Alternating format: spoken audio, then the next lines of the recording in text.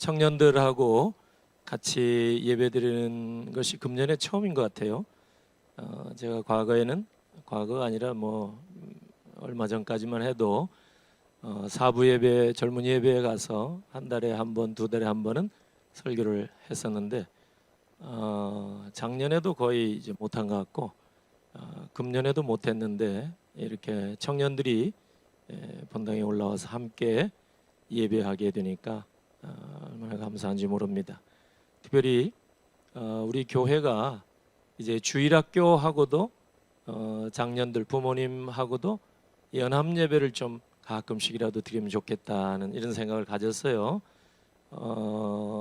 요즘은 대형 교회도 그렇게 이제 세대 통합 예배라 그래서 주일 오전 예배에도 우리 자녀들 주일학교 학생들하고 함께 예배를 드리다가 설교 시간이 되면 주일학교 각 부서로 이제 흩어지게 되는 이제 그런 예배, 통합 예배를 지금 이제 시도하고 있습니다.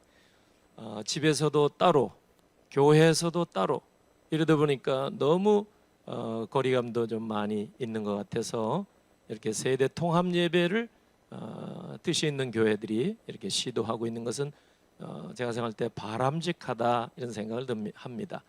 오늘 이제 태국 단기 선교팀 청년팀이 이제 다음 주에 한 주간 사역을 하러 24일부터 29일까지 떠나기 전에 이제 교회가 보내기 때문에 오늘 기도해서 파송하는 거죠. 그래서 파송식도 하고 또 주일학교 부서에서는 한 달에 한 번 정도 부서 소개도 하고 발표도 했는데 마침 오늘 기회에서 청년 이제 그 발표도 하고 그래서 오늘 오후 예배가 상당히 많이 기대가 됩니다. 강 장로님, 위원장 장로님이 상당히 이 스가랴서를 어렵게 지금 듣고 계시는 것 같아요. 하여튼 그 스가랴서는 오늘 이제 14장이 마지막 장이죠. 그런데 스가랴서의 결론입니다. 짐작하시는 것처럼 스가랴서 결론인데 여기에 이제 중요한 메시지가 담겨져 있어요. 마침 태국 단기 선교 가는 청년들 파송식을 하기 때문에 저는 이 본문을 통해서 이 선교와 여호와께 성결 회복이 이게 중요하다. 성결이 회복되는 게 전도요 선교요.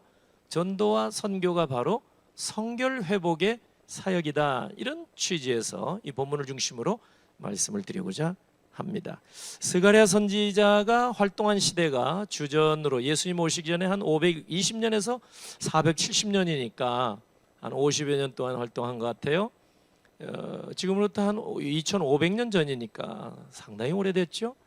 그때면 언제쯤이냐 하면은 그 중국에서는 2500년 전이니까 그때는 아마 공자 시대, 공자가 활동했던 시대, 그때쯤 됩니다. 공자 시대, 주전 6세기 이 정도.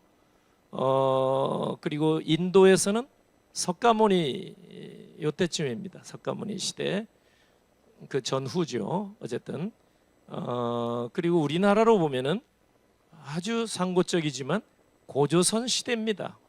우리 한국 역사로 보면은 고조선 때니까 조선도 아니고 고려도 아니고 그 전이니까 정말 오래전 일이죠. 2500여 년 전이라 생각하시고 그렇지만 그때 하나님의 종 스가랴가 하나님으로부터 말씀을 받아서 이제 그 선포하는데 이 말씀은 세상 끝에 관한 말씀입니다. 종말에 관한 말씀, 종말에 관한 예언의 말씀입니다. 그래서 스가랴서를 보면은 그날에라는 말이 많이 나옵니다.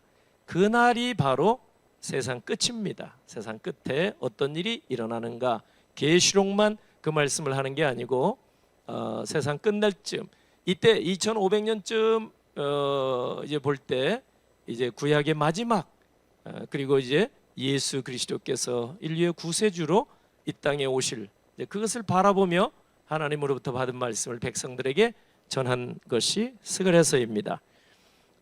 그런데 그날에 대해서 얘기를 하다가 마지막 14장에 와서는 여호와의 날이라는 말로 바뀌어집니다. 여호와의 날. 여호와의 날, 그날이 어떤 날인가? 사실은 이사야 선지, 이사야 9장 4절 보니까 그날은 이스라엘 백성이 미디안을 물리쳐 이긴 날처럼 승리의 날이라는 개념이 이사야는 있다고 얘기를 하는데, 반면에 아모스 선지자가 또 있습니다.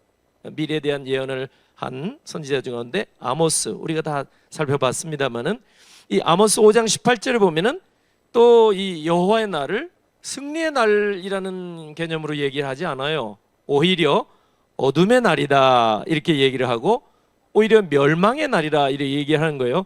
이걸 보면 지금 스가랴 선지자가 마지막 시대에 대한, 그날에 대한 예언을 말씀하시고 여호와의 날이라 얘기를 하는데, 그 여호와의 날은 어떤 날이냐? 한편으로는 심판의 날이고 한편으로는 승리의 날, 한편으로는 이사야처럼 승리하는 날이고 최후 승리, 그러나 한편으로는 멸망의 날이기도 하다. 이 두 가지, 동전의 양면처럼 두 가지 날로 지금 스가랴서에는 말씀하고 있습니다. 그러니까 쉽게 얘기하면 믿지 않는 사람에게는 심판의 날이 되고 여호와의 날이 믿는 자에게는 승리의 날이 될 줄로 믿습니다. 우리에게도 이 날이 지금 앞에 있는 겁니다. 장차 이제 주께서 다시 오셔서 세상을 심판하실 때 둘 중에 하나예요. 어떤 사람에게는 승리의 날이 되고 어떤 사람에게는 무슨 날이 될까요? 멸망의 날이에요. 그래서 믿는 사람은 정말 믿음의 결국은 영혼의 구원이라, 그래서 구원받는 날이 될 것이고 그때까지 믿지 않는 사람은 멸망, 그래서 지옥에 들어가게 될 그 날이 바로 여호와의 날이다. 스가랴를 통해서도 우리가 그거를 알 수가 있습니다. 12절을 볼까요? 12절 같이 한번 읽어보겠습니다. 시작. 예루살렘을 친 모든 백성에게 여호와께서 내리실 재앙은 이러하니 곧 섰을 때에 그들의 살이 썩으며 그들의 눈동자가 눈구멍 속에서 썩으며 그들의 혀가 입 속에서 썩을 것이요. 아멘. 이거는 마지막 시대에 하나님께서 큰 재앙을 내릴 것을 말씀하신 예언의 말씀입니다. 재앙. 그러니까 패스트와 같은 그런 엄청난 재앙, 뭐 대재앙이죠. 이제 이것이 심판날에 임하게 될 것이다. 그래서 그걸 설명하는 거예요. 구약스럽게 설명하는 거예요. 지금같이 무슨 의학적으로 설명하는 게 아닙니다. 그러니까 뭐 섰을 때 그들이 막 살이 썩고 눈동자, 뭐 눈구멍 속에서 막 썩고 혀가 입 속에서 썩을 것이고, 이게 다 역병입니다. 대역병, 전염병. 그런데 그 역병에서도 살아남는 자가 있단 말이에요. 살아남는 자들이 해마다 예루살렘으로 올라가서 하나님께 예배하게 될 것이다. 그날에. 그게 16절에 나옵니다. 그래서 그들이 예루살렘에 올라가서 남은 자가 만군의 여호와께 경배하며 초막절을 지킬 것이라. 그러니까 이 말씀을 우리가 생각해 보면은 그 바벨론 포로에서 돌아온 이제 유다 공동체, 하나님이 택한 백성들의 공동체, 그 공동체는 편협된 민족, 자기들만 뭐 백이민족, 우리로 얘기하면 백이민족, 오직 백이민족, 그것만 주장하는 게 아닙니다. 여기 보니까. 그러니까 전에 원수와 같았던 이방 나라 백성들까지도 다 포용하게 되는 거예요. 하나님의 말씀입니다만은, 그래서 그들이 다 예루살렘으로 올라와서, 이방인까지 예루살렘 와서 왕이신, 만왕의 왕이신 하나님께 경배하며 초막절, 절기죠, 절기까지 지키게 될 것이다. 이 말씀, 예언의 말씀입니다. 놀랍죠? 사실 이게 놀랍지 않은 것이 로마서 11장 26절에도 이 말씀이 나와 있습니다. 그 믿지 않는 사람들, 유대인들 가운데 아직 믿지 않는 사람들까지도 다 회심하고 돌아와서 함께 예배하게 될 것이다. 근데 이방인들도 때가 되면 하나님 앞에 돌아오게 될 것이다. 하나님은 지금 문 열어놓고 기다리고 있다는 말씀입니다. 그런데 마지막 날에, 이 여호와의 날에 남아있는 모든 사람이 하나님 앞에 이제 돌아오게 되는데 20절, 21절 보면 어떻게 표현했느냐? 20절에 보면 말 방울에까지, 말 딸랑딸랑 방울을 달죠. 말 방울에까지 여호와께 성결, 이 글을 새겨놓은 그런 이제 방울을 달게 될 것이고, 21절 보면은 예루살렘과 유다의 모든 솥단지가 여호와의 성물이 될 것이라, 이렇게 예언을 하고 계십니다. 그러니까 여호와의 날에는, 이 마지막 심판의 날에는 믿지 않는 사람은 멸망의 날이 될 것이고 믿는 사람은 승리의 날이 될 것이라, 구원의 날이 될 것이라 그래 말씀을 드렸는데, 이 여호와의 날에는 이 짐승에 불과한 말의 목에 걸려져 있는 이 방울까지도 여호와께 성결. 이게 출애굽기 28장이나 39장에 보면은 제사장의 의관을 갖춰 있는 복장 중에 하나입니다. 의복이 보통 의복이 아니에요, 제사장이 갖춰 있는 옷은. 그런데 특이하게 이마에 금으로 도장 새기듯이 여호와께 성결, 이 글씨를 새겨서 이마에 띄고 다니라고 그랬어요.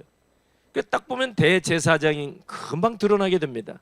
여호와께 성결, 하나님의 전에서, 성전에서 예배하는 일을 관장하고, 구약 시대에는 제사 드리는 일을 관장하던 대제사장, 제사장의 이마에, 사람을 보면 이마부터 보이잖아요. 이마. 젊었을 때는 우리 청년들은 이마를 가리고 댕겨요. 이마. 근데 나이가 들면 이게 저절로도 이렇게 벗겨지기도 하지만 이마가 이게 드러나요. 이마. 청년들은 자꾸 가려요.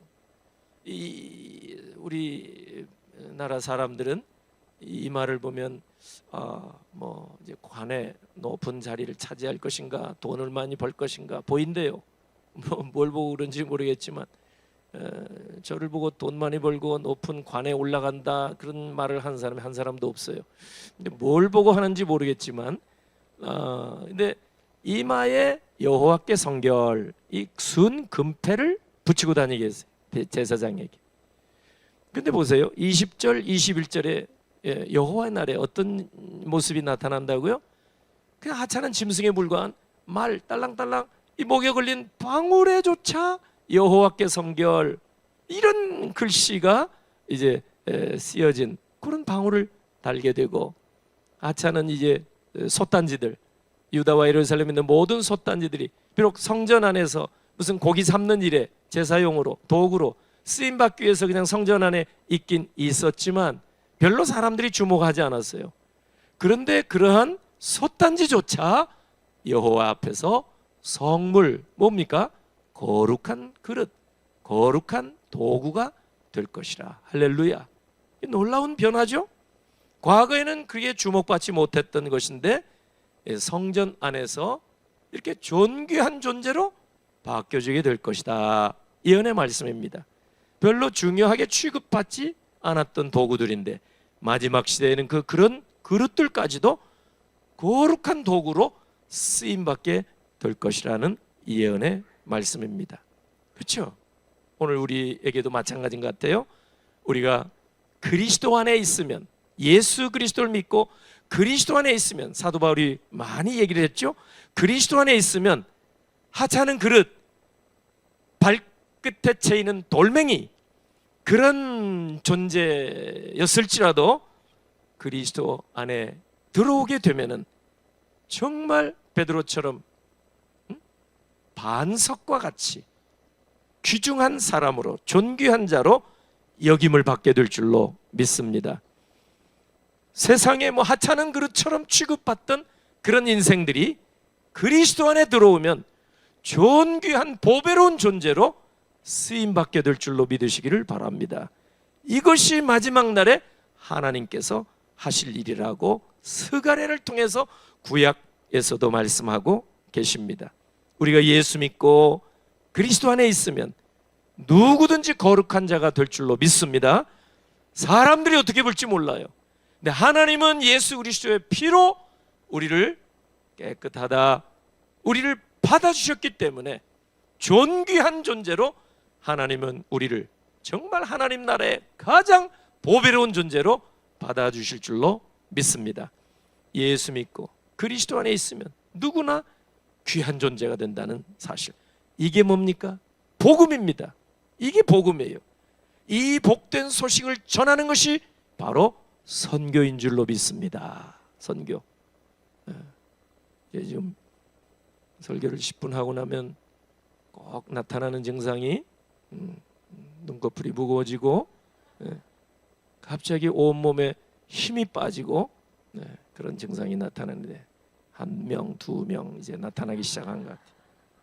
정신을 바짝 차리고 옆에 있는 사람 축복합니다. 할렐루야, 잘 오셨습니다. 축복합니다. 은혜 많이 받으세요. 옆에 사람 깜짝 놀랄 정도로 다시 한번 축복합니다. 축복합니다. 할렐루야. 이제 깰 때가 됐어요. 우리나라가 복음을 받기 전에는 거짓이 난무했어요. 이건 부정할 수 없는 사실입니다. 윤리 도덕이 없었어요. 별로. 그렇잖아요. 우리는 다 한국 교회사 보면은 다 압니다. 과거에는 여러분 복음이 들어오기 전에는 호적에 이름 석자 올리지도 못하고 산 사람이 태반이었어요. 호적에 사람 취급받지 못했던 사람들이 엄청나게, 뭐 인도에만 불가촉 천민, 천민들이 많이, 아닙니다. 우리나라에도 많이 있었습니다. 옛날부터 반상이 너무나 뚜렷하게 구별이 되어 있어가지고 양반에 들지 못하면 다 상민, 상놈 취급을 받았습니다. 얼마나 이게 말이 됩니까? 복음이 들어오기 전에는 그랬다, 이런 말입니다. 근데 복음이 온 다음에는 놀라운 변화가 이 나라에도 들어온 줄로 믿습니다. 복음이 들어오니까, 그리스도 안에 들어오니까 새로운 변화가 일어나고 역사가 일어난 것입니다. 그래서 우리가 열심히 복음을 전해야 될 사명이 있는 줄로 믿습니다. 우리 동네에도 이웃에게도 멀리 가서 이방 백성들에게도 전해줘야 돼요. 우리가 서양 선교사님들이 한국 땅에 복음 들고 안 왔다면 우리 뭐 어떻게 됐겠어요? 물론 다른 사람 또 뭐 전화해서 우리가 예수 믿을 수는 있겠지만은, 여러분 우리가 전하지 않고 어떻게 듣겠으며 듣지 않고 어떻게 믿을 수가 있겠습니까? 여러분 선교가 바로 이 생명의 복음을 전달하는, 이런 우리 작년팀 단기 선교 가서 강건식 안수 집사님이, 강건식 안수 집사님은 집회 인도차 오늘 못 오신 것 같고 다 중위층에 계시구나. 비가 와서 오늘 폭우로 장마로 오늘 못 가신 것 같아. 할렐루야. 강건식 집사님 안 계신 줄 알고 얘기를 마음대로 하려고 하다가 다 보니까 시다바리만 남아 있어요 여기. 강건식 집사님 도와주는 사람들만 있고 2층에 계십니다. 이번에 그 강건식 집사님이 가셔서 풍선 아트 공연을 했는데, 가히 이제 한국에 무슨 이거 뭐죠? 싸이 이런 공연을 방불케 하는 현장이었어요. 와, 대단했습니다. 폭발적인 반응을. 풍선 아트 공연인데 대부분이 말이 별로 없어요. 무언극, 이번에도 청년들이 무언극을 아마 준비해서 가서 공연을 한다는 얘기를 들었습니다. 근데 이 풍선 아트 공연인데 그 핵심 클라이맥스가 뭐냐면 예수의 그리스도의 보혈이에요. 그게 복음입니다. 이 선교 현장에서 여러분, 그보다 더 확실한 복음이 어디 있어요? 복음 중에 복음이에요. 그리스도의 피로 까만색의 풍선이 빵 터지더니 그 안에 하얀색의 풍선이 나오는 거예요. 할렐루야. 안 봐도 짐작이 되죠? 죄인이 의인으로 바뀌어지게 되는 그리스도의 보혈로 말미암아, 예수의 십자가 보혈로. 와, 그 너무나 강렬한 복음이더라고요. 제가 보니까 아마 이번에도 무언극을 통해서 청년들이 가서 이제 전하는 메시지도 동일할 줄로 압니다. 복음 중에 복음, 우리의 모든 죄가 예수 그리스도의 피로 사함을 받고 하나님의 자녀가 되고 영생을 얻게 되는 이 구원의 복음을 이번에도 전하게 될 것입니다. 그러니까 이 복음을 듣게 되면 그리스도 안에 들어오게 되고, 그리스도 안에 들어오면 발끝에 채이는 돌멩이 같은 존재라도 베드로처럼 반석 같은 존재로 바뀌어지게 되고, 어떤 아이는 그 많은 아이들 중에 복음을 제대로 들은 아이라면 그런 놀라운 역사가 얼마든지 일어나게 될 줄로 믿습니다. 선교는 거짓과 죄악으로 썩어지고 부패한 심령을 그리스도의 피로 씻어주는 일을 하는 것이 선교인 줄로 믿습니다. 그래서 복음을 듣는 자마다 여호와 앞에 성결, 여호와 앞에 성결한 사람으로 세워지는 것이 바로 선교인 줄로 믿습니다. 이게 얼마나 중요한 일이에요. 선교는 미신과 우상으로 오염되고 더러워진 심령을 복음으로 씻어주는 일을 하는 것이 선교라 그 말입니다. 그래서 복음을 듣는 사람들마다 하나님 앞에서 성결한 모습으로 나타나게 될 줄로 믿으시기를 바랍니다. 그래서 선교는 단기 선교나 장기 선교나 다 필요한 거예요. 다 귀중하고, 그래서 우리는 가든지 아니면 보내든지 해야 될 줄로 믿습니다. 가만히 있으면 안 되는 거예요. 우리가 빚진 자 아닙니까? 선교는 준비 과정에서부터 이거 먼저 스스로를 씻게 되는 놀라운 은혜가 있는 사역이 선교입니다. 선교하러 가기 전에 딸랑 그냥 비행기 표 끊어서 가는 게 아닙니다. 몇 달 전부터 준비하고 기도하고 훈련받고 하나님의 말씀으로 무장하고 그 과정에서 은혜를 받는 거예요. 청년들도 마찬가지고 장년들도 8주 준비하고 갔습니다. 청년들도 지금까지 준비하고 있는 거예요. 이런 말씀과 기도로 준비할 때 먼저 현지에 가서 이방 사람들에게 말씀을 전하고 우리가 몸으로 말로 전하기 전에 먼저 내가 여호와 앞에서 성결된 모습으로 세워지게 되는 일이 선교인 줄로 믿습니다. 그게 얼마나 귀중해요. 청년이 무엇으로 깨끗하게 할 수 있을까? 시편 119편 9절 그 답이 나옵니다. 주의 말씀만 지킬 따름이니라. 할렐루야.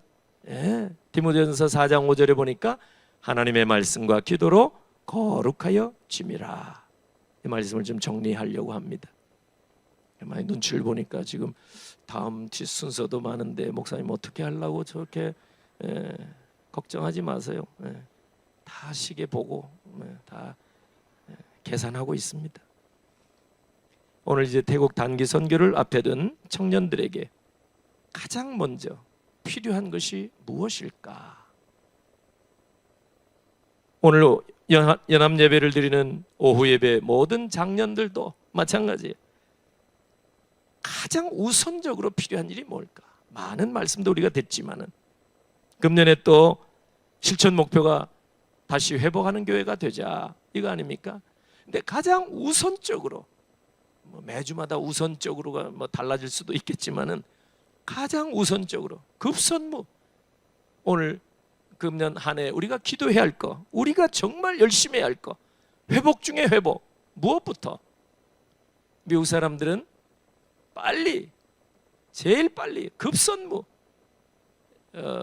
라고 말할 때 ASAP라고 말을 합니다. ASAP야. 그러면 뭐예요? 빨리 해야 할 일이야. 빨리. 이게 ASAP, as soon as possible 줄여가지고 첫자만 따서 ASSP. 길게 말할 필요 없어요. 그렇게 얘기를 합니다. 정말 우리가 할 수 있는 대로 우리가 가장 우선해서 해야 할 일, 가장 급선무. 우리 한국교회도 마찬가지고 코로나 이후에 우리 교회가 회복을 하자 그랬는데 무엇부터? 정말 ASAP 가장 급선무가 뭘까? 우리가 해야 할 일이 많아요. 성경 공부도 해야 되고 기도도 해야 되고 전도도 해야 되고 봉사도 해야 되고 회복할 게 너무 많아요. 그런데 그 가운데 여호와께 성결, 하나님 앞에 우리가 정말 그리스도의 피로 다시 정하게 되어서 하나님 앞에 성별된 거룩한 하나님의 백성으로 다시 세워지는 일이 가장 시급한 줄로 믿으시기를 바랍니다. 가장 성급한 일 중에 성급한 일, 세상과 구별이 돼야 되고 성별이 돼야 되고 그리스도의 피로 우리가 다시 새롭게 되어서 하나님의 자녀로 다시 회복되어 살아가는 일이야말로 우리에게 급선무인 줄로 믿습니다.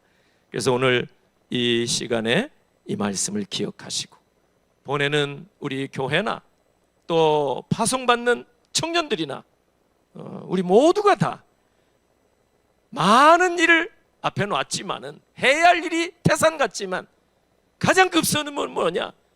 하나님 앞에서 우리가 다시 한번 정결한 모습으로 그리스도의 정결한 신부의 모습으로 회복이 되고 우리 교회가 그리고 여호와 앞에서 성결이라고 하는 제사장의 이마에 순금패 붙이고 다녔던 과거 제사장들처럼 베드로전서 2장 9절 보면 여러분 모두가 다 왕같은 제사장이라고 하셨으니까 여호와 앞에 성결 아예 이마에 표를 받은 사람들처럼 다시 한번 회복되어 영적 신분이 회복되어 정말 하나님의 기쁨이 되고 하나님의 기쁨으로 믿음의 삶을 아름답게 살아가시는 여러분 다 되시기를 예수님의 이름으로 축원합니다. 아멘.